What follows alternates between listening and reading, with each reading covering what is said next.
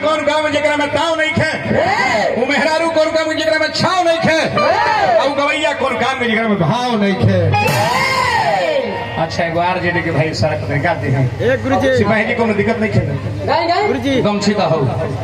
अरे क्या गमछी का गुरुजी सिंघाड़ा खम्मत खाया भी सिंघाड़ा खा के डालो ना खाने को एक बार हो गमछी तो दो व्यक्ति मानी बानी दे गुरुजी एगो हमें एगो चलिए सुन अपने मुंह से बोल दीजिए यहाँ के जो दुगोला चौहरमल व्यास के यहाँ के रात भर के दुगोला बानो चौहरमल व्यास के चैनल पर देखी हमार निमन गीत देखे के बाद तो सुदर्शन व्यास ऑफिशियल पे देखी कौन गीत क्वेश्चन हम नहीं डालत समाज खाती अपना।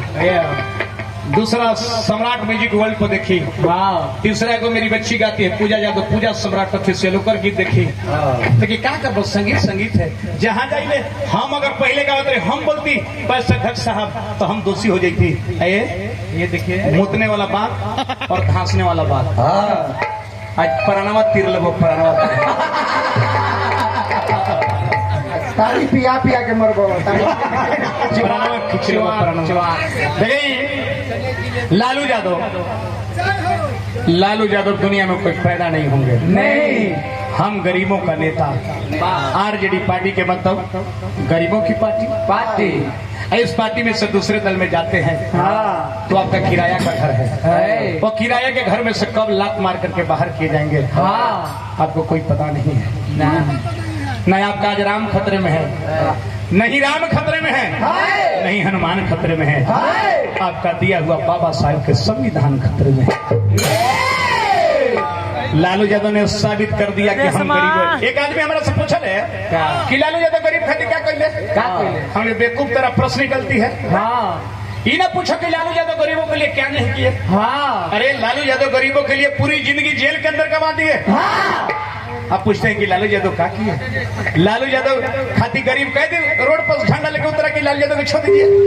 अडानी अंबानी से घोटाला जादू लालू यादव किए हैं, छोड़ दीजिए है ऐसी बात। तो ये चलते कि जातिवाद के ना A to Z के पार्टी हो, हर जात बिरादरी के ग्राम में लोग रहे।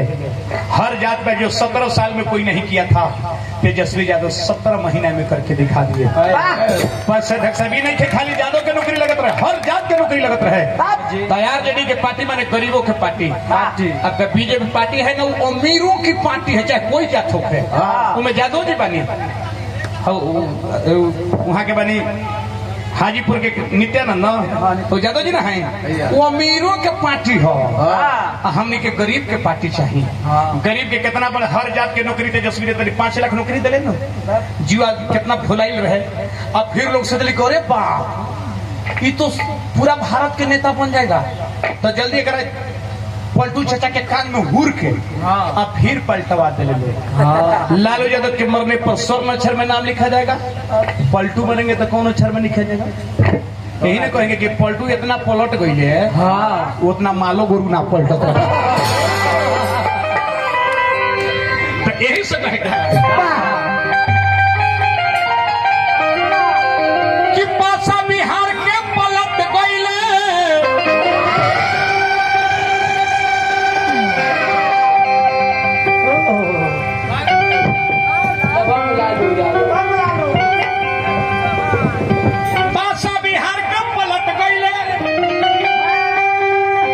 जुआ भाई अब कोई जात के होके नौकरी अब खत्म हो पासा बिहार के पलट गईले चाचा भतीजा से हट गईले।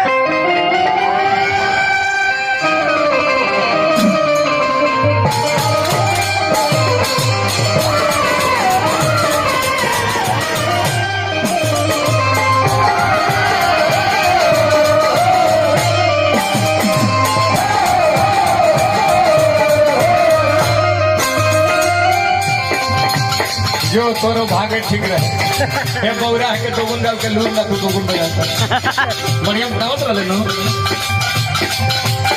पासा बिहार के पलट गईले चाचा भतीजा से हट गईले। पासा बिहार के पलट गईले चाचा भतीजा से हट गईले। अब ना भीतर से कमानो पीबो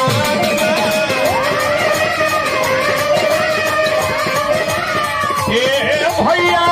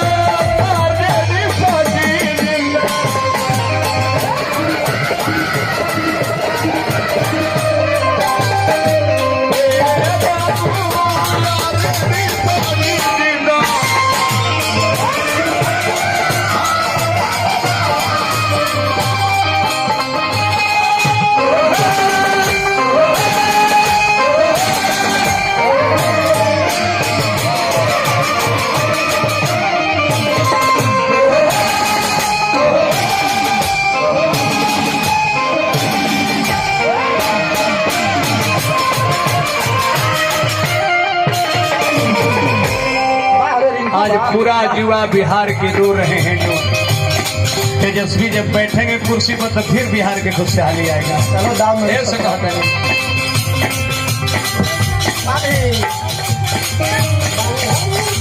अमन शरीर